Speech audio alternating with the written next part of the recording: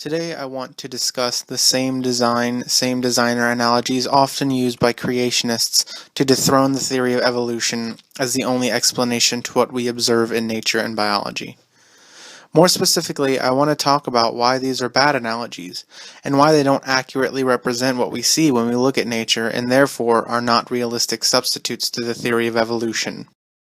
To help me, I'm going to use the argument from an actual YouTube Christian, once forgiven, now free, who in his video relates the similarities and dissimilarities of nature to man-built houses, because I think his arguments are similar to many who make them.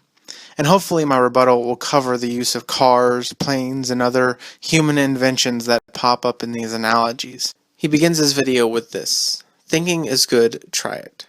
So we're going to take his prompt and analyze his video and decide whether or not it's a bad analogy. So for the first argument, OFNF tries to refute the bad design, no designer argument. In the video, he uses a broken light switch to explain how something can still be broken and simultaneously designed. And he's right. Saying that something isn't designed because it looks badly designed is a non sequitur. It doesn't mean it wasn't designed. I still have some aspects of this I want to contend with, but it really isn't pertinent to this discussion, so I'll make another video about this later. Argument 2.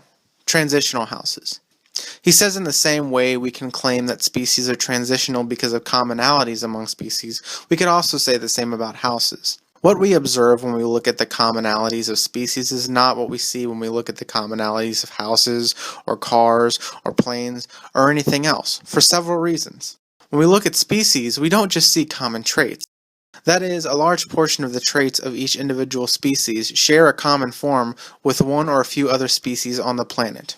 They are similar in a majority of their ways. Furthermore, when you list the commonalities and compare species, what you get is a hierarchical tree of related species by those commonalities. For instance, we are more like the great apes, more specifically chimpanzees and bonobos, but we are more unlike other apes, and monkeys, and tarsers, and lemurs. But we are more like other apes than we are like monkeys, and tarsers, and lemurs, and other mammals. And we can include the skeletal structures of extinct species we find, which themselves seem to fall perfectly in line. This is unlike houses. Houses are a conglomeration of traits, where ours are continuums, as shown by our traits and our DNA. Now imagine houses did resemble what we see in nature. Imagine the traits of a given house fell into this pattern so that when we compared its features to other houses, they were relational. A certain group of houses were not only big, but had relatively the same color carpeting in each room, the dimensions always resembled one another, and they looked like the designs were based solely off of one or a few other species of house. Like cars maybe, except we still quite often see older designs from different cars and the newer models and not the previous. Now imagine there were no builders you can consult, or sign blueprints, or witnesses. What might we rightly conclude then? That the designers made each new house with the previous in mind? And this is what makes this so amazing, because Darwin made this observation long before DNA was discovered to mutate. So all he did was record an observation without knowing exactly how it happened or where the change might come from. Next, imagine the houses reproduced like us. Imagine they used spores which went into the air and produced offspring that was not perfectly like its parent, but a slightly modified version of the parent. What if this change allowed for the development of new functions, nihilase, which aren't completely different from the previous ones, but modified? Not only that, but there is an internal record of the development of the house and its acquired traits, both expressed and unexpressed. That's DNA. So what theories might you come up with about how these houses developed? And imagine the houses we dug up fit into these categories snugly. Now houses do share commonalities through time. But observing the traits in any generation will yield the hodgepodge of commonalities among them, because they, unlike the species, were individually built by humans who could mix the traits of each house they built. DNA, however, can generally only change in small variations of already present DNA sequences, thus it creates this pattern. Imagine if traits from related houses pop back up, or were still there, yet are not useful to us. Well, you're the scientist. What might you come up with?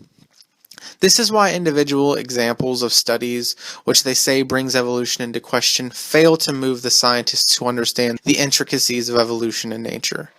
It's because nothing presented, except for the theory of evolution, has succeeded in bringing together the puzzle of the similarities of species. So it's not like houses, cars, boats, planes, or any other human inventions. It is something entirely different. This leads me to my second point, to the dismay of once forgiven, now free. I want to say I did read your description box, and I want to point it out because it illustrates the incorrect thought process of many creationists and that they are so willing to leave out information. Reproduction and modification through descent is an important component. It's like saying believing that humans reproduce is like believing that if I smash my car into your car, a Mini Cooper will pop out of the trunk. And don't even think about bringing sex into the equation. Well, if I were going to explain why that person was wrong, it would be unavoidable. So I'm sorry to say that in your attempt to exclude sexual reproduction, you are proving to everyone who understands evolution that you don't understand evolution. Also displayed by this really bad analogy. In my next video, I'm going to talk about some good analogies for evolution, so I hope to see you then.